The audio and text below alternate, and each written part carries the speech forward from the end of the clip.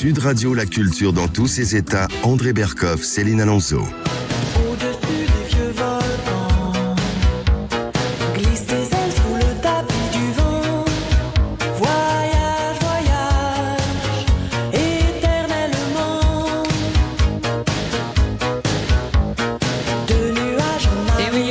Sur Sud Radio, André Berkoff, c'est un voyage en apesanteur autour de la Terre que nous allons faire avec Philippe Perrin. Il est le 9e astronaute français à avoir effectué des missions en orbite autour de la Terre, le 3e, André, à avoir marché dans l'espace et le 1er à avoir utilisé le scaphandre américain. Et voilà pourquoi nous lui accordons la bénédiction Urbit et Orbite.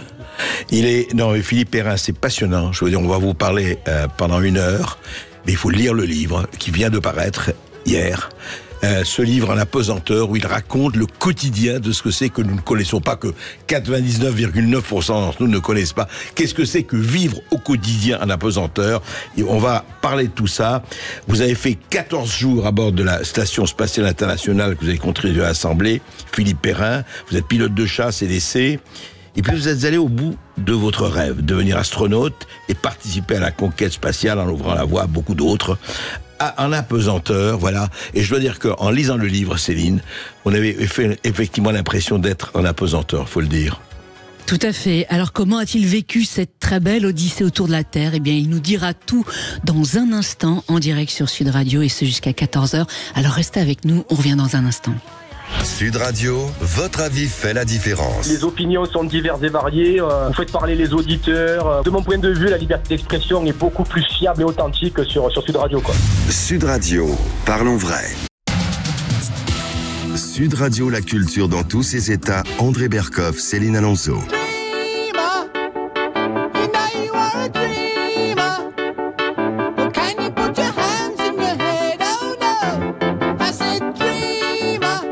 Et oui, c'est sur cette chanson de Supertramp qu'adolescent, vous avez rêvé votre vie d'astronaute. Philippe Perrin, bonjour à vous et merci d'être avec nous en direct sur Sud Radio jusqu'à 14h. Alors, vous venez de publier un livre qui est paru hier, donc chez Michel Lafon, un livre intitulé En apesanteur, un livre passionnant dans lequel, vous nous embarquez dans un voyage fascinant autour de la Terre. Le 9 juin 2002, vous avez réalisé la première sortie en scaphandre d'un Français sur un véhicule spatial américain. Comment, 6 ans plus tôt, vous avez été sélectionné pour voler dans l'espace? Racontez-nous. Alors à l'époque, la France a de l'ambition. On veut faire la navette spatiale Hermès, si vous vous souvenez. Donc je suis sélectionné comme pilote d'essai pour faire Hermès avec les anciens, avec Jean-Loup Chrétien, avec Jean-Pierre Agnuret. Puis finalement, Hermès ne se fait pas, le temps passe, je retourne dans l'armée de l'air, qui est ma famille d'origine. Et puis un jour, on décide de faire quelque chose avec les Américains, ça s'appelle le X-38. C'est la dernière tentative de la NASA de refaire un véhicule autonome avant de passer à ce qu'on connaît avec Elon Musk les années suivantes. Et donc je suis envoyé, j'ai pas la certitude à l'époque de pouvoir voler dans l'espace, mais je pars en tout cas m'entraîner à Houston, c'est en 96. Et oui. 96. 96. Alors comment vous avez su que vous allez franchir le pas? Au moment où on voit en 96, j'ai quand même de bonnes chances parce que je pars m'entraîner et puis je sais que ça va peut-être arriver. Comment ça se passe? Je suis à la maison, je suis tout seul, mon épouse est enceinte, elle est partie voir la famille. Le téléphone sonne, c'est Jacques Ratier, qui est à l'époque patron des astronautes français, qui m'appelle et qui me dit: écoute Philippe, le temps a passé, mais on a une chance de t'envoyer à l'entraînement à Houston. C'est dans 2 mois. Si tu l'acceptes, tu pars. Je lui dis, écoute, il dit, non, réfléchis. Je lui dis, c'est tout, réfléchis, je pars. Et je viens d'embarquer mon épouse qui est enceinte de 7 mois. Et puis on part, on ne sait pas pourquoi on part. On part en fait pour 6 ans. Et à la clé pour un vol dans l'espace. Ouais, c'est fou. Et oui, et donc 2 mois après ce coup de fil, effectivement, de Jacques Ratier, effectivement, vous débarquez donc à Houston, au Texas, et effectivement en juillet 1993, donc pour vous entraîner, comme vous l'avez dit, à la NASA. Et dès votre arrivée, donc vous dites avoir été pris d'un sentiment de panique à l'idée de ne pas faire l'affaire, sentiment étrange d'un imposteur, sur le point d'être démasqué, écrivez-vous. Pourquoi éprouviez-vous C'est le trac Philippe Perrin, comme au théâtre? Non, moi je crois, j'en parle souvent avec d'autres et on est beaucoup à avoir ce sentiment de l'imposteur et je pense que c'est bien d'avoir ce sentiment de l'imposteur. Parce que finalement, on se donne les moyens de ne pas être cet imposteur. Mais il est légitime aussi parce que, pourquoi moi je me souviens, un très bon copain, Jean-Marc Gasparini, qui était bien meilleur que moi en tout, qui aurait dû prendre ma place et puis le hasard de la vie a fait que c'est moi qui suis parti. Donc on sait qu'on est toujours l'imposteur de quelqu'un. Donc c'est bien. Dans n'importe quel domaine d'ailleurs. Mais est-ce que vous vous sentiez en quelque sorte démuni face aux défis qui vous attendent? C'est colossal. Vous arrivez à Houston, il y a une fusée Saturne V à l'entrée qui vous attend. Ouais. Et puis la porte s'ouvre et la première personne que je croise, c'est John Young. John Young, qui est le marcheur lunaire, celui qui avait joué au golf, si vous vous souvenez, sur la Lune, premier pilote d'essai. Le premier qui avait qui avait amené son club de golf. Et John Young, pour l'image, et il était là quand vous êtes arrivé. Il est là, il m'ouvre la porte. C'est le pilote d'essai de la navette spatiale. C'est un grand monsieur, et je suis accueilli par John. Donc, on se pose la question de savoir si on va faire l'affaire. Et très vite, je découvre qu'en fait, les formations universitaires, etc., françaises, des grandes écoles françaises, font qu'on est tout à fait à la hauteur. Oui. Alors, comment s'est passé justement cet entraînement à la NASA qui a duré 6 ans? Racontez-nous, quels étaient les exercices les plus difficiles? Alors, c'est 6 ans de travail d'arrache-pied, c'est 6 ans de médecine, de classe prépa, de ce que vous voulez. 6 ans, quand même. 6 ans, c'est un peu long. C'est une médecine complète. c'est ça. Ouais. Surtout que ça sortait, en fait, d'une classe prépa de Polytechnique, de l'armée de l'air. J'avais passé tous mes échelons dans l'armée de l'air, donc en fait, j'avais fait.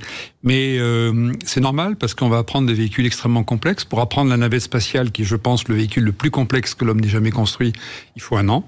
Pour apprendre la station, il faut 1 an. Pour apprendre le vol de 14 jours, on va répéter le vol de 14 jours, chaque heure qui passe pendant 1 an. Donc on le connaît par cœur. Et puis vous répétez tous les jours. Et on répète tout pour de bonnes raisons. Ouais. C'est que, mais on le dit pas trop, dans l'espace, l'astronaute en fait perd un peu ses moyens. Principalement à cause des effets d'apesanteur, la pression intracrânienne, la répartition des fluides, le stress peut-être, l'oreille interne qui est perturbée, et pour plein de raisons, en fait, l'astronaute devient un peu stupide dans l'espace. D'ailleurs, les Américains appellent ça space stupidity, les Russes pareil. Et ça a été documenté, d'ailleurs, on a fait des tests de QI. On est diminué. On est diminué. Vous pouvez faire une analogie avec un jeune qui apprend à conduire, par exemple. Il est au volant, il apprend à conduire, vous lui dites 7 x 8, il n'aura pas la réponse. Voilà. Mais c'est comme ça que ça se passe. Et donc, il faut apprendre. Oui. Et la combinaison, est-ce que c'est un outil difficile à apprivoiser, en quelque sorte? Alors là, la combinaison, puisqu'effectivement, vous le disiez, j'ai eu la chance de faire les premières sorties extravéhiculaires avec le scaphandre américain. C'est une armure. C'est pas une deuxième peau, c'est pas une seconde peau. C'est vraiment une armure. C'est-à-dire que c'est quelque chose qui vous protège avec un torseau qui est rigide, mais ensuite avec des choses qui sont plus flexibles et des articulations mécaniques. C'est-à-dire qu'au niveau des articulations naturelles, que ce soit l'épaule, le coude, etc., vous avez des articulations mécaniques et vous allez non pas bouger et être suivi par le scaphandre, mais vous allez en permanence lutter contre les articulations mécaniques et donc c'est un effort qu'on peut comparer à 2000 mètres de dénivelé en montagne dans la journée, on sort 7 heures et on termine dans un état d'épuisement absolument total. C'est vous qui devez suivre la mécanique du scaphandre ou c'est le scaphandre qui vous contraint, on pousse dans les articulations. Ouais. Donc ce sont les chairs qui sont meurtries. Il faut imaginer que tout est rigide. Les gants sont rigides. Les gants sont courus comme ça de fil de fer. C'est en quelle matière, juste? Alors il y a plusieurs couches parce qu'il y a des protections thermiques, il y a des protections pour contre le vide spatial, etc. Mais je vais vous donner une anecdote. À un moment donné, à l'entraînement, je ne sens plus mon pouce. En fait, il bouge, mais si je le touche, c'est un bout de bois. Alors, je suis très inquiet. Je vais voir les anciens des missions Hubble. Je dis, ça vous est arrivé ça? Et le type me dit, oui, ça m'est arrivé. Ne le dis à personne. J'ai volé comme ça dans l'espace. Quelques mois après le vol, c'est revenu normal. Alors moi, je dis non, je vais aller voir les médecins. Et les médecins me disent, bah oui, effectivement, il y a un nerf ici qui énerve le pouce et qui était meurtri par un bout de métal. Ouais. Et donc, on a essayé de transformer les gants pour adapter. C'est le monde un peu... la sortie extravéhiculaire, c'est un monde d'exaltation, de grand bonheur, on en parlera, et c'est aussi un monde de plein de petites misères physiques. Mais de complexité hallucinante quand même. Oui, parce que finalement, on est un véhicule spatial, on est un vaisseau spatial. Si vous imaginez ce que peut être le plus petit vaisseau spatial jamais construit, en fait, c'est le scaphandre. On a la mobilité qui est à la force, à la force des articulations, on a de quoi communiquer, on a de quoi vivre, de quoi respirer, et de quoi aussi se refroidir, puisque dans l'espace, tout est trop chaud. Eh oui. Alors le 5 juin 2002, après un faux départ, donc c'est le jour du décollage. Cette journée, racontez-nous, elle a commencé donc avec la scène. Quelle est cette tradition ? Oui, la scène au sens presque quasi religieux. CENE, comme le dernier repas du Christ. Alors pourquoi la scène? Parce que les astronautes, comme les pilotes d'ailleurs, sont dans un monde de superstition. Alors non pas qu'on soit superstitieux, mais quand même, il faut bien jeter un sort au mauvais sort, parce que la probabilité n'est pas nulle qu'on ne revienne pas de cette mission, on le sait tous. Et donc, on prend grand soin de faire comme nos anciens. Je crois que Thomas Pesquet l'avait bien expliqué en Russie. On fait pipi sur la même roue du minibus qui vous emmène à la fusée, là où s'était arrêté historiquement Gagarine. On regarde le même film la veille du décollage qu'avait regardé Gagarine. La sel. Voilà, parce que. Et vous portez le casque. Alors quand je vais à l'avion, ça c'est mon histoire de pilote. Je fais toujours le tour avion du même côté. Je porte le casque toujours du même côté. Alors pourquoi cette superstition? Parce que quand on fait les choses dans le même ordre, aussi, on est plus robuste à tous les aléas. C'est-à-dire que quand on fait un métier très technique, et je pense que vous le faites dans vos métiers, c'est-à-dire qu'avant d'arriver sur scène, j'imagine un comédien, un journaliste, etc., on a sa petite routine, parce qu'en passant par toutes les petites portes de la routine, on est sûr de ne rien oublier. Et c'est comme ça que ça marche. Ah oui.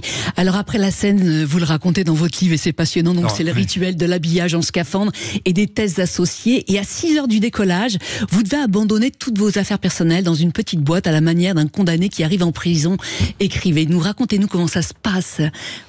Alors, je reviens sur la scène, parce que la scène, en fait, on mange un gâteau comme on mangeait les anciens, mais personne n'a faim. Il y a un repas, mais en fait personne n'a faim, parce qu'on est à 1h du décollage, et personne ne prend de café, personne ne boit, enfin bon. Mais vous êtes au pied vous êtes tout près de la. On est encore dans ce qu'on appelle le crew quarter, c'est-à-dire l'endroit où sont les équipages, et on va prendre le minibus, le même bus qui a emmené les astronautes sur les missions Apollo, parce que c'est le même pas de tir en fait que pour les missions Apollo. Et ensuite, donc on s'équipe, on s'habille, et là on se défait de ses effets personnels, c'est ce que vous mentionnez. Et ça, c'est un moment difficile, parce que c'est le moment où on abandonne finalement sa notion de terrien, on se dépouille. Alors, comme un condamné, du téléphone portable. Du téléphone portable. Alors, avant de laisser le téléphone portable, j'appelle mon épouse une dernière fois quand même. Et puis au dernier moment, je me dis, quand même, je vais faire voler plus de choses dans l'espace, et un peu comme les anciens des missions Apollo, je récupère une petite médaille, un petit truc pour la famille, une petite vierge que j'emmène avec moi, que je mets dans les poches, personne ne sait, ça alourdira que très peu talisman, un petit, voilà, on a besoin de toutes les aides. Juste un mot par rapport à ça, parce que on en a parlé plus tôt, mais quelle était la réaction de votre femme qui était enceinte quand elle a tout de suite dit allez, vas-y. Alors, au départ, je crois savoir que le soir où je l'appelle, elle est en Bretagne chez son frère, et je lui dis, là, on part aux États-Unis, je vais devenir astronaute. Je crois qu'elle pleure, en fait. Elle pleure parce que secrètement, elle avait peut-être espéré que tout ça ne se fasse pas. Oui, j'imagine. Et puis la pauvre, elle a fait une école normale, elle va se retrouver donc elle est venue avec vous. Elle vient aux États-Unis, on va vivre tout ça ensemble. On va élever en fait 2 filles qui seront nées aux États-Unis. Et elle va vivre l'aventure vraiment avec moi, c'est-à-dire qu'elle m'accompagne un peu comme un coach. Et alors, c'est très marrant parce que au moment où je vole dans l'espace, tout est suivi en temps réel par des caméras renvoyées sur une chaîne télé qui s'appelle NASA Channel en permanence. Donc, elle vit l'aventure en même temps que moi. Ça, c'est formidable. Et ce qui est formidable, parce que dans ces métiers, ce qui peut se passer, c'est un décalage entre celui qui vit, c'est vrai de tous les métiers extraordinaires, et celui qui reste. Et si on ne partage pas, il y en a un qui peut être transformé par l'expérience et pas l'autre. Et je crois qu'elle a été transformée par l'expérience. Et je suis un peu long, mais il faut que je cite quand même Neil Armstrong. Parce qu'un jour, on a la visite... Qui a été l'un de vos professeurs. Oui, il vient un jour, Neil Armstrong vient, on ne sait pas pourquoi, il sort de son ranch, il vient nous voir et il nous dit un truc essentiel. Il nous dit ce qui fait un astronaute, c'est son épouse. Et là, c'est résumé. En fait, elle s'est imprégnée, elle a suivi, elle a été là. Elle a été là parce que c'est pas une aventure qu'on peut mener tout seul. Et vous-même, effectivement, alors dans quel état émotionnel étiez-vous quand vous étiez au pied de la fusée ? Parce que vous racontez effectivement dans votre livre, vous souvenir d'une de vos amies astronautes qui, elle, a été prise d'effroi. Vous-même avez été... Alors, avez-vous eu peur ? On m'avait prévenu, effectivement, une amie astronaute américaine. Je trouvais ça très sympa de sa part, parce que les Américains, en général, sont un peu pudiques. Et elle me dit, tu sais, quand je me suis retrouvé pour mon premier vol au pied de la fusée, et on donne un nom à la fusée à ce moment-là, on l'appelle la bête, en anglais, The Beast. Parce qu'elle fume, elle fait du bruit, elle est juste effrayante. Elle me dit, j'avais plus envie d'y aller, mais j'étais obligé quand même, parce que de toute façon. Et j'avais trouvé ça pensée intéressante, mais effectivement un peu effrayante. c'est pas ce qui m'est arrivé, parce que j'ai un passé de pilote de chasse, de pilote d'essai, donc c'était pour moi un peu la routine. Et j'aime la gestion du risque. Oui, ça vous déjà des années de pilotage. Donc, par contre, je vis la scène 2 fois. Une fois pour un décollage qui va être interrompu cause conditions météo. Et là, je suis peut-être trop concentré, c'est-à-dire que je suis dans mon travail, mais tellement concentré qu'il y a un Philippe qui va à la fusée, puis il y en a un autre derrière qui le regarde, quoi. Et c'est pas la bonne façon de faire les choses. Et le vrai décollage, là, je suis plus décontracté et je vais à la fusée. En fait, j'en profite. C'est-à-dire que je profite de l'instant. Et de la fraternité, d'équipage qui part ensemble. C'est une fraternité qui est marquée par des gestes très symboliques. Une seconde avant que ça décolle, on se serre tous les mains dans le cockpit. On est 4 à ce moment-là, 4 en haut, ils sont 3 en bas, le cockpit est de 2 niveaux, et on se prend tous par la main, quoi. Parce qu'on part ensemble. Alors, vos premières heures dans l'espace, comment se sont-elles passées? Est-ce qu'on s'acclimate facilement ou pas à la pesanteur? Qu'est-ce qu'il y a de plus difficile à affronter? Alors, ça prend du temps. D'ailleurs, il y a un chapitre entier qui s'appelle l'acclimatation dans le bouquin. D'abord, je suis surpris. Souvent, je dis, il n'y a rien qui prépare l'homme à aller dans l'espace ou à vivre dans l'espace. Des millions d'années d'évolution de notre espèce font que l'espace, ça n'existe pas. Et donc, la première chose, je suis pris en fait d'un fou rire, parce que je me détache, j'arrive en haut et j'ai une mission qui est de prendre en photo le réservoir principal de la navette qui s'en va. Et donc, je fais ma tâche, je prends le télescope, l'appareil photo, je prends la photo. Une fois la photo prise, je regarde et je découvre la Terre.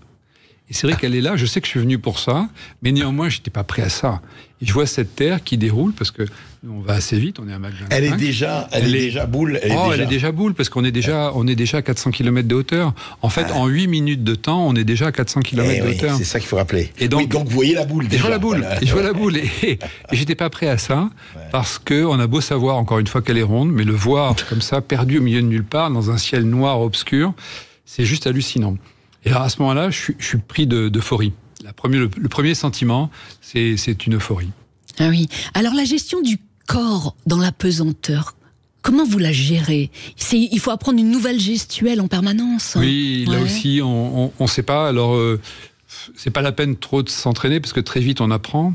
On apprend qu'on a accès à une 3e dimension, puisque au lieu de marcher sur quelque chose de plat et à 2 dimensions, on peut voler, mais voler, c'est très compliqué, parce que si par exemple, je sais pas, vous essayez de visser quelque chose et que vous volez, c'est pas la chose que vous allez visser, c'est votre corps qui va dévisser.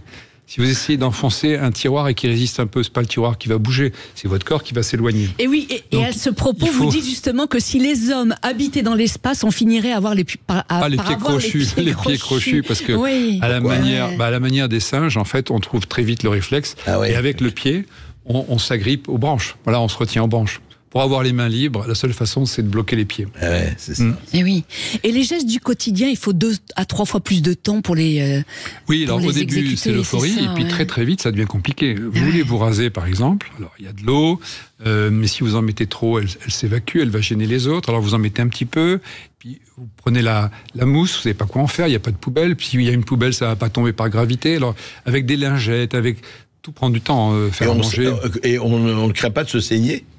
Alors, tout pose problème. Si vous saignez, le pire, ce serait d'être malade, par exemple, et de vomir dans l'espace. C'est arrivé dans l'histoire des vols habités. Alors, vous imaginez que ça part en 3 dimensions, en apesanteur. Donc, d'où provient l'eau? Alors, l'eau, dans ces vols-là, elle venait des piles à combustible, à la manière des voitures qui roulent dans Paris à l'hydrogène et qui font de l'eau. Les piles à combustible de la navette faisaient de l'eau, mais on l'a récupérée, on pouvait la boire. Mais pardon, alors moi, on va être très trivial, mais ça fait rien. Et les fonctions urinaires, etc. Alors ça, c'est à la fois simple et compliqué. Alors c'est simple parce que c'est un aspirateur. Vous avez un embout par personne, question d'hygiène. Et puis vous arrivez, mais le réflexe, par exemple, d'uriner n'est pas naturel, parce que vous n'avez pas la pesanteur. Alors Jean-François Clairvoy, qui était un bon ami, m'avait dit, tu sais, il faut t'entraîner, parce que décollage, tu verras, tu auras les jambes en l'air, tu as des couches, si tu dois faire pipi, il faut faire pipi dans des couches, c'est pas évident. Donc, il m'avait conseillé d'aller dans ma baignoire, de mettre des couches et de me mettre les pieds en l'air. Grand bien lui en a pris. Merci Jean-François si tu nous écoutes. Dans l'espace, c'est pas évident. Il est arrivé que des astronautes n'arrivent pas à uriner. n'arrive pas à retrouver en fait le réflexe rétention. Il a fallu les sonder, c'est ça? Il a fallu les sonder. C'est arrivé à plusieurs reprises. Bien sûr. Ah oui. Alors moi, c'est assez simple. La première fois que j'essaye, j'ai un peu de mal. Et puis, j'ai pensé à autre chose, notamment les impôts, ce qui est assez lourd en France. Et très rapidement, j'ai retrouvé mes moyens. Les impôts comme facilitateur urinaire à retenir. Ça marche bien. Et vous racontez aussi, et ça c'est très intéressant, que la remontée des fluides à la tête aussi entraîne des quelques soucis, notamment concernant la digestion, concernant la transformation du visage. Vous pourriez presque en faire l'expérience, puisque c'est l'équivalent finalement de quelqu'un qui serait alité, mais les pieds un peu en l'air. Prenez plusieurs bottins de téléphone, je sais que ça n'existe plus, mais vous les mettez sur un lit, puis d'ailleurs, on nous conseillait de faire ça avant le décollage pour commencer à s'entraîner à la répartition des fluides vers la tête. Ce que vous mentionnez est intéressant, c'est qu'effectivement, dès qu'on arrive en apesanteur, les fluides en fait quittent le bas du corps et se retrouvent dans la tête. Et à partir de là, la tête est déformée. Donc je me retourne, j'arrive dans l'espace et je regarde mes collègues et ils ont tous des têtes mais pas possibles. Avec des regards, des pommettes saillantes, les yeux bridés, etc. Un peu de Picasso et Francis Bacon, quoi. Et là, je me dis, mais ils sont habités, c'est pas possible. Alors très très vite, je vais chercher une glace, je me regarde, j'ai à peu près la même tête. Ah oui, c'est incroyable. Autre effet physiologique de la pesanteur. Est-ce que ça fait un sentiment de peur ou d'appréhension ou pas du tout? Vous dites, bon, c'est comme ça. De voir les gens se transformer, de vous voir vous-même et les gens se transformer. C'est inquiétant parce que là aussi, on n'est pas prêt à ça. On comprend pas que les gens se transforment. C'est pareil si on les voit à l'envers, par exemple. La pesanteur, ça permet de vivre dans des verticales différentes. Chacun peut choisir sa verticale. Il m'arrive un moment de voir quelqu'un, le visage, je l'explique dans le bouquin, le visage à l'envers. Et faites l'expérience avec votre conjoint ce soir sur un lit. Regardez un visage à l'envers, c'est très moche. Avec la bouche au-dessus qui bouge, ça n'a mais aucun sens. Et oui, ça n'a aucun sens. Donc on s'habitue à toutes ces petites misères de la pesanteur. Eh oui, en tout cas le 7 juin 2002 a été un grand jour pour vous, Philippe Perrin. Vous avez pu commencer donc les grandes manœuvres et rejoindre la Station Spatiale Internationale. En 14 jours, vous ferez donc 3 sorties extravéhiculaires très harassantes. Comment vous les avez vécues? Vous nous raconterez tout dans un instant sur Sud Radio. À tout de suite. Sud Radio, la culture dans tous ses états. André Berkoff, Céline Alonso. Sud Radio, la culture dans tous ses états. André Berkoff, Céline Alonso.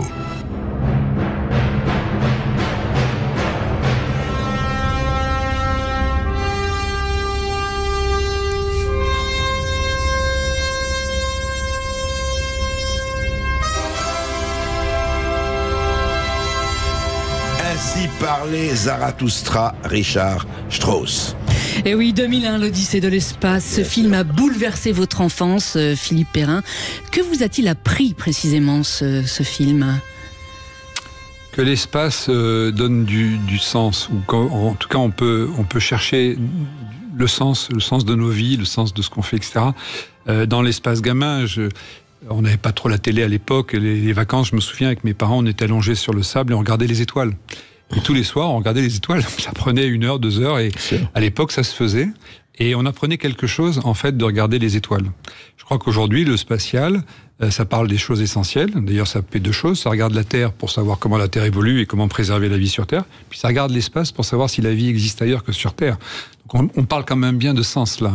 Eh oui. Alors 30 ans après avoir rêvé d'aventures futuristes, le 7 juin 2002, vous voilà membre de conduite d'un vaisseau spatial américain prêt à accoster un vaisseau spatial international. Ce rendez-vous spatial, comme vous le dites dans votre jargon, est un moment vraiment sacré pour un astronaute. Que désigne-t-il précisément? Racontez-nous, expliquez-nous.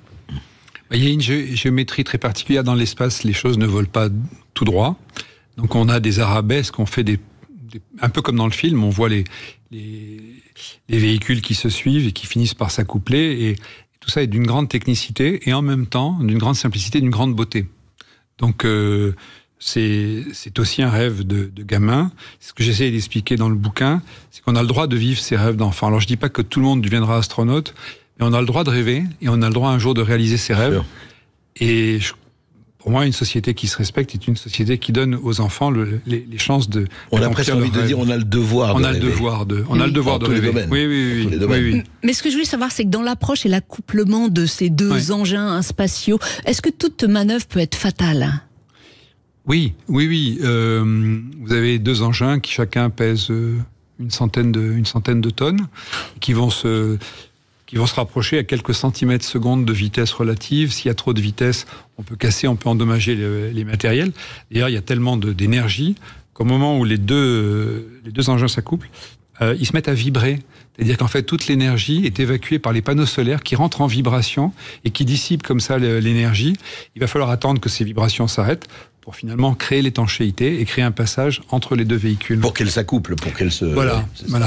Et oui. Alors, quel souvenir vous gardez effectivement quand vous avez réussi donc à pénétrer à bord de l'ISS ? À bord, il y avait donc 2 Américains et un Russe. Ils étaient à bord de cette station depuis 6 mois. Oui, et ce que je vois, c'est un équipage en relative détresse. Il faut, je crois, par exemple, rendre hommage à Thomas, qui a fait 2 fois 6 mois dans l'espace. C'est très difficile, c'est très dur de faire 6 mois dans l'espace. Très très long. Et là, l'équipage que je rencontre... Pourquoi vous dites parce qu'ils veulent revenir. Parce que 6 mois, c'est long. Ouais. C'est pas leur maison. Ils veulent revenir sur Terre. Ils sont très pressés.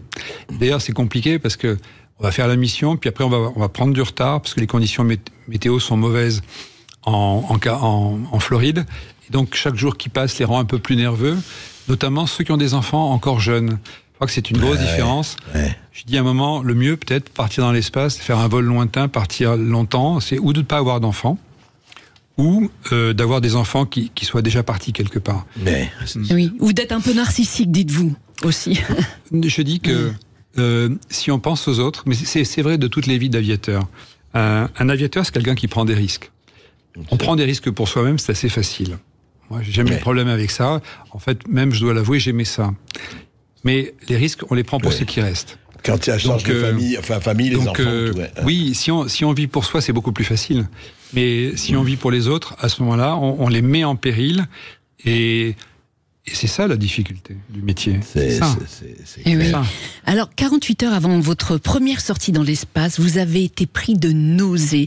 Est-ce que vous avez eu peur d'être malade dans l'espace? Parce que là, ça aurait été terrible pour vous. Oui, alors, on revient au syndrome de l'imposteur. On a évoqué en début de mission. Moi, j'ai pas un physique au départ extraordinaire. C'est-à-dire que j'ai fait des études, ça a bien marché. Je suis pas un grand sportif. Donc, je m'entraîne beaucoup. Je développe toutes les qualités requises. Et puis, il reste le mal de l'espace. Et ça, c'est pas quelque chose pour lequel on peut s'entraîner. On peut être malade. C'est pas le mal de mer, ça n'a rien à voir. C'est un peu comme le mal de mer, dans le sens où on part sur un bateau, on ne sait pas avant si on va être malade ou pas. C'est vrai. Et on peut rien faire. Et donc, moi, je me retrouve le premier jour dans l'espace, un peu malade, c'est pas grave, parce que le commandant, on est tous les nouveaux à voler, on est malade. Pardon, quand vous la première sortie, vous savez, on dit voilà, c'est maintenant, dans 1 heure, demain, etc. On vous l'annonce. Enfin, comment ça se passe? Oui, tout est programmé à la minute. Il y a une chronologie respectée. Une anecdote très importante. J'arrive dans l'espace, on me fait une piqûre de Primpéran, mais on le fait à tous les jeunes astronautes. Et c'est le commandant de bord qui fait la piqûre. Le commandant de bord, il n'est pas infirmier. Donc, avant le décollage, on a tous sur les fesses une marque pour aller être piqué. D'accord. Et moi, au moment où on me fait la marque, on me dit, mais tu veux rajouter quelque chose? Je dis oui, s'il vous plaît, dessinez-moi un drapeau français, écrivez Vive la France. Donc, j'ai décollé avec un Vive la France sur la fesse droite, j'ai été piqué. Et ça, c'est le premier jour. Et arrive effectivement ce que vous mentionnez, ce qui est la veille ou l'avant-veille de la sortie extravéhiculaire. Je suis à bord de la station est grande, il y a beaucoup d'angles, je redeviens un peu nauséeux. Et là, je me souviens qu'une fois, un astronaute est sorti nauséeux, a failli vomir dans le scaphandre. Si vous vomissez dans le scaphandre, vous mourrez noyé. Et donc, je suis très inquiet, puis je suis un peu comme les équipes de foot françaises, un peu psycho, là, il faut y aller, mais on n'est pas sûr. On n'a pas cette volonté qu'ont les Américains de faire les choses sans se poser de questions. Et vous dites effectivement que le médecin de l'équipe vous a bien rassuré. Le commandant de bord me regarde dans les yeux, il me dit, écoute Philippe, tu as été entraîné pour faire cette mission, donc maintenant tu vas la faire. Et instantanément, je suis plus malade. Parce que j'avais un bon coach. En tout cas, le 8 juillet 2002, la veille de votre sortie dans l'espace, vous effectuez donc les derniers rituels, notamment préparer les scaphandres. Vous racontez que c'est une tâche très délicate. Votre vie, donc, ne dépendra que du fonctionnement du scaphandre. Tout peut s'enflammer à la moindre étincelle. Pour ceux qui ont fait de la plongée sous-marine, c'est un peu équivalent. On part avec du matériel. Si le matériel n'est pas bon. Mais ce qui est propre aussi à un scaphandre, c'est qu'on va respirer de l'oxygène pur. Pourquoi ? Parce que le scaphandre, il est pressurisé à 1/3 d'atmosphère pour pas être trop rigide. Et 1/3 d'atmosphère, pour survivre, il faut de l'oxygène pur. L'oxygène pur, c'est inflammable. Donc le risque, en fait, c'est de prendre feu.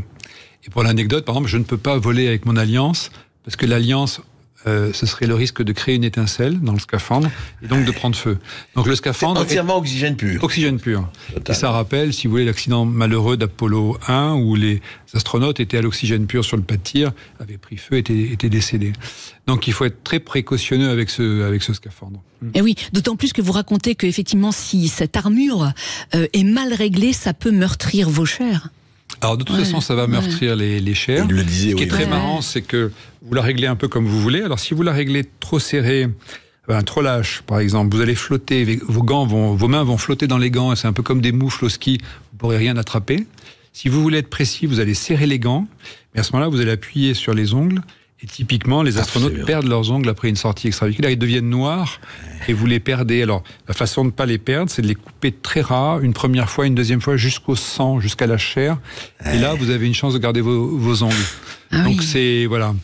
Oui. Alors, il y a une chose dont le scaphandre ne vous protège pas, c'est la multitude de protons et de rayonnements alpha qui pullulent en orbite autour de la Terre, en orbite basse plutôt, et qui vont irradier donc votre corps au travers des tissus. Écrivez-vous, quels sont les risques pour vous ?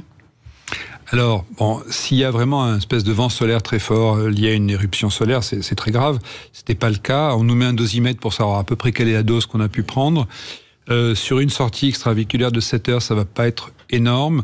Le risque, ce serait effectivement sur des missions lointaines, sur des missions martiennes, où là, on se rend compte que, dans mon cas, on est encore protégé. On n'est plus protégé de l'atmosphère, mais on est protégé de la ceinture de Van Allen, la ceinture magnétique terrestre.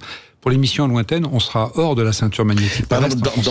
Excusez-moi, Philippe, dans l'émission que vous avez fait, vous êtes resté à l'intérieur de la ceinture de Van Allen. C'est ça, vous ne la dépassez pas.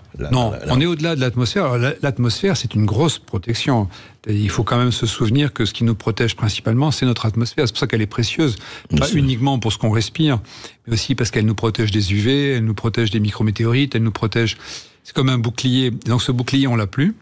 Et on a ce rayonnement, ce vent solaire, ce rayonnement cosmique qui nous pénètre, parce que rien ne le... rien ne protège. Rien ne l'arrête. Mais vous parliez de risque. Le risque, c'est quoi ? De développer un cancer ? Ah ben oui, c'est ça. Ouais. Oui, c'est ça. Ouais.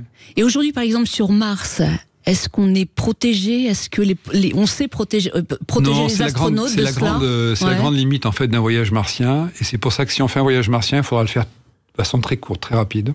Parce qu'aujourd'hui, entre la Terre et Mars, c'est-à-dire on est hors de la ceinture de Van Allen, on ne sait pas protéger les astronautes. Et même dans un véhicule, qui plus est en sortie extravéhiculaire. Et donc on sait que ces gens-là sont condamnés à moyen long terme, après le vol, à développer des cancers assez lourds. Donc la seule façon d'aller sur Mars, et j'ai un camarade qui a volé avec moi sur la navette, j'en parle dans le bouquin, c'est un type extraordinaire, qui a développé un moteur qui permettrait d'aller sur Mars en 3 mois, ou même peut-être en 1 mois et demi, en résumant finalement la mission totale à 3 mois aller-retour, qui serait à mon sens la seule façon d'aller sur Mars. Aujourd'hui, vous l'avez vu dans des films comme tous les films qui parlent des missions martiennes, on part pour 6 mois de voyage, on arrive sur place, les orbites sont déphasées, la Terre est loin de Mars, donc il faut attendre que les orbites se resynchronisent, et donc le voyage va durer 1 an et demi, c'est beaucoup trop long. C'est beaucoup trop long. Eh oui. Alors, votre première sortie dans l'espace a duré 7h30 comme les 2 autres. Dehors, en quelque sorte, le plus grand risque, c'est de tomber en panne de force physique, en quelque sorte. Je vais vous dire, le plus grand risque, c'est d'échouer la mission. On ne pense pas aux autres risques. Quand on est là-haut, on a été envoyé, on a été sélectionné, la mission coûte une fortune. Dans ma mission, il y avait la réparation du bras robotique. Si j'échouais, il n'y avait plus de bras robotique, il n'y avait plus de station. Donc on s'oublie. Et le premier risque, en fait, c'est de dire je ne vais pas être capable de réparer ce truc-là. Une fois qu'on a réparé, alors les autres risques, effectivement, oui, il y en a. Il y aurait par exemple le risque de lâcher prise, c'est-à-dire de partir dans l'espace. Imaginez que vous soyez... Alors on est toujours accroché avec un filin, mais imaginez que le filin casse, par exemple. Le fil de vie. Ouais. Le fil de vie, là, vous partez dans l'espace. Alors, Philippe Perrin, moi, j'ai une question à poser. Le livre, hein, et là, vous êtes dans l'espace. Hein. Là, cette photo n'est pas un montage. C'est la sortie. Non, mais elle est prise par mon commandant de bord à travers le hublot de la navette. Il est sorti. Je voulais savoir, alors il y a les risques, et vous êtes là pour faire un certain nombre de choses. Mais vous, alors, l'homme que vous êtes, l'être humain que vous êtes, qu'est-ce qu'on sent quand pour la première fois on sort de la navette? On est in the space. Franchement, est-ce qu'il y a un sentiment où vous ne pensez pas du tout à ça? Vous dites, attendez, j'ai des choses à faire et puis le reste... Il y a les deux. Mais toute ma vie, j'ai été confronté à ça, puisque pilote de chasse, on avait des missions, c'était très serré au niveau du temps, des réflexes, des choses à faire. Mais je savais prendre le temps de regarder aussi. C'est-à-dire que le pilote de chasse, on est à 800 km/h, on est près du sol, mais à un moment donné, il y a un lever de soleil, il y a quelque chose, on regarde. Alors ça va durer quelques secondes, mais on sait regarder. Et là, vous avez regardé? Et là, je regarde. Et donc, toute ma sortie, c'est d'arriver à faire les choses et en même temps de regarder la Terre, parce que je suis comme obsédé, en fait, par la présence de la planète Terre. Et qu'est-ce qui vous a le plus impressionnant, justement, impressionné en contemplant la Terre? Ouais. Oh, il y a des tas de phénomènes. Ouais. Alors, d'abord, il y a des choses incongrues. Par exemple, vous regardez les éclairs, le front intertropical au niveau de l'Afrique, et vous croyez, de votre connaissance terrestre, qu'un éclair, c'est vertical. En fait, non. L'éclair va zébrer, mais complètement la surface de la carte africaine, d'un bord à l'autre du continent. Et vous voyez et on voit qu'en fait, les phénomènes se répercutent. Donc, on travaille, je dirais, à une autre échelle. Le plus saisissant, et ça les astronautes le disent toujours, c'est la fragilité de la Terre, parce que ce petit liseré de 100 km, au regard de la taille de la Terre, c'est absolument rien. Et comme on est soi-même dans un vaisseau spatial, je le disais, on regarde la Terre comme un vaisseau spatial en disant la petite protection, c'est vraiment pas grand-chose. Ça, c'est ce qui anime, je dirais, tous les astronautes. Moi, j'ai eu un autre sentiment qui est partagé par certains, mais pas tous, c'est de voir en fait un être vivant. C'est-à-dire que je regarde la Terre et je me dis, mais ça c'est la cellule. En fait, c'est un être vivant. Je ne suis qu'un habitant de quelque chose qui est plus grand. De cette cellule, ouais. De cette cellule qui d'ailleurs se protège. Je lisais récemment un auteur de science-fiction, de fiction, on va dire, Jean-Pierre Gou, qui dit la Terre est habitée. Regarde, elle se protège. Avec Elon Musk, on sera capable un jour, si par exemple il y a un astéroïde qui vient, d'envoyer une fusée, de se protéger. C'est ça, de protéger. Donc, c'est bien une cellule, c'est bien un corps qui est en train de se défendre contre. Et l'homme fait partie de cette défense. Il aura ses anti-immunités, l'immunité, quoi. Exactement. Donc l'image est très intéressante. Elle reprend un peu la pensée du philosophe Teilhard de Chardin qui avait pas mal théorisé là-dessus. Juste un mot, sans faire de la poésie, mais vous savez qu'il y a ce vers très célèbre d'Éluard, et la terre est bleue comme une orange. Oui. Et est-ce qu'on sent, mais même, ne fût-ce qu'une fraction de seconde, un sentiment de poésie ou de beauté ou d'esthétique? Est-ce que ça joue à ce moment-là ou pas du tout, franchement? D'abord, je crois beaucoup aux poètes et aux auteurs de fiction qui y arrivent à avoir des espèces de flashs comme ça de compréhension. C'est vrai qu'elle est bleue comme une orange, parce que d'abord elle est ronde comme une orange et cette rondeur n'a pas de sens. Très honnêtement, quand vous regardez une photo de la Terre, vous la voyez ronde, mais c'est une photo c'est toujours plat, c'est toujours en 2 dimensions. Quand vous la voyez ronde, c'est comme un ballon de football, quoi. Et ça, il n'y a que le poète pour l'exprimer. Donc ça c'est important. Et avez-vous songé à ne pas revenir sur Terre une fois là-haut? Un peu, mais heureusement, j'ai une femme, j'ai 2 enfants à l'époque qui m'attendent, donc je sais qu'il faut revenir. Pas leur dire bye-bye. Mais il y a une pensée qui est, je pense, un peu celle dans le Grand Bleu, du plongeur qui part et qui est attiré, en fait, par les profondeurs, et qui se dit, mais c'est tellement beau, j'aimerais rester là. En fait, on aimerait que sa vie s'arrête là. Et oui. Alors, comment s'est passé votre retour sur Terre? Vous nous raconterez tout dans un instant sur Sud Radio. À tout de suite. Sud Radio, la culture dans tous ses états. André Berkoff, Céline Alonso. Sud Radio, la culture dans tous ses états. André Berkoff, Céline Alonso. On ne sait pas qui il est. On ne sait pas d'où il vient. Il est né avec la rosée du matin. Une rose entre ses mains. Et oui, le petit prince, Gérard Lenormand, Philippe Perrin, vous êtes le premier astronaute à avoir amené une édition du Petit Prince de Saint-Exupéry dans l'espace. S'il te plaît, dessine-moi un mouton. Mais un mouton spatial, bien sûr. Oui. Saint-Exupéry a fait preuve de vision quand il décrit ce petit prince trop grand sur une planète trop petite. C'est un peu ce qu'on est aujourd'hui, nous, une population trop grande sur une planète trop petite. Et Saint-Exupéry avait des phrases étonnantes. Comme aviateur, il avait compris qu'on était sur une planète dans l'univers. Il dit à un moment, pourquoi nous haïr? Nous sommes tous solidaires, emportés par une même planète, équipage d'un même navire, il aurait pu dire d'un même vaisseau. Ouais. Donc là aussi, encore une fois, le poète, l'écrivain, arrive à imaginer un futur qu'on a parfois du mal à comprendre. Parlons à présent de votre retour sur Terre, Philippe Perrin. Qu'avez-vous ressenti en vous posant sur cette planète ? Alors, je la découvre, mais comme un alien découvrirait une nouvelle planète. C'est-à-dire que la Terre m'apparaît comme une planète. Encore une fois, elle est étrangement ronde. Elle est habitée, il y a des gens, il y a pléthore d'oxygène. Il faut imaginer qu'on est, nous, depuis 14 jours en manque de tout. En apesanteur. En apesanteur, et on mesure ce qu'on mange, on mesure ce qu'on boit, on mesure ce qu'on respire. À tel point qu'à la fin, il fait mauvais en Floride. On n'a plus qu'une journée en fait de réserve et d'oxygène à respirer. Et on se retrouve sur Terre et là, il y a pléthore. On respire. Voilà, et on respire. Et donc l'idée, c'est bien ici, il faut peut-être s'en occuper.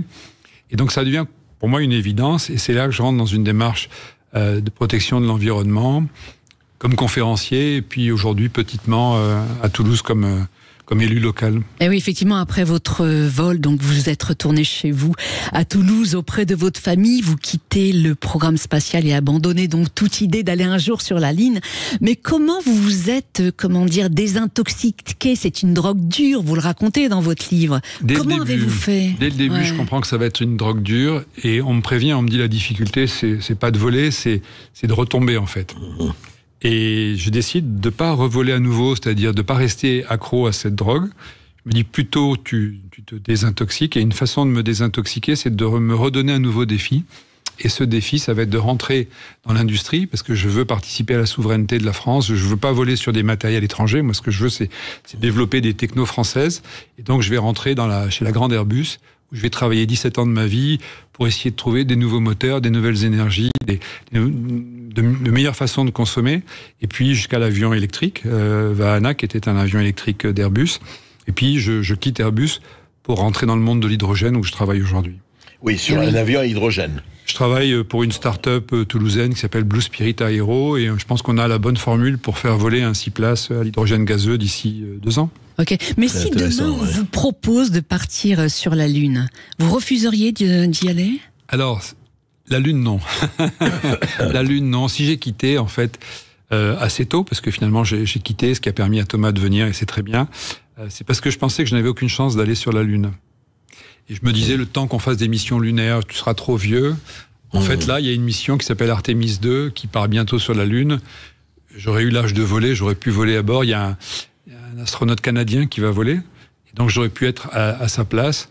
Donc, quelque part, je suis peut-être parti un peu trop tôt, mais sans regret. Sans regret, Mais juste un mot, c'est vrai qu'il y a eu 14 jours, ce n'est pas que 6 mois, etc. Mais est-ce que des choses, quand vous êtes revenu sur Terre, etc., qui vous ont semblé un peu, pas bizarres, mais un peu étranges, enfin, est-ce qu'il y a eu une adaptation ? Pas du tout. Je reviens à la phrase de Saint-Texte. On n'est pas fait pour se haïr. Moi, le premier truc, en revenant, alors, il faut imaginer ce qu'est le vol habité. Le vol habité, c'est une initiative de tous pour tous. Et on voit une humanité qui travaille ensemble. Il n'y a plus de frontières. Vous regardez la Terre, il n'y a pas de frontières. Elles ne sont pas dessinées, c'est pas comme sur Google, il n'y a pas dessiné, ici c'est la frontière. On est russe, on est américain, on est ukrainien, on est argentin, etc. On vole ensemble et on forme cette humanité. Donc quand on revient sur Terre, moi ce qui m'a vraiment frappé, c'était les guerres. C'était les conflits. Parce que j'étais dans un monde sans conflit et je redécouvrais un monde avec conflit. C'est ça. Oui, c'est sûr. Et puis de là-bas, vous voyez la Terre, mais pourquoi ils se battent ? Oui, c'est ça, pourquoi ils se battent, c'est la même. On n'en a qu'une et c'est la même. Philippe Perrin, merci d'être venu sur Sud Radio. Votre vie est un véritable roman. Je rappelle que votre livre En apesanteur, qui a été préfacé donc par Sophie Adenau, est sorti hier chez Michel Lafon. Tout de suite sur Sud Radio, vous retrouvez Brigitte Lahaye. Sud Radio, la culture dans tous ses états, André Berkoff, Céline Alonso.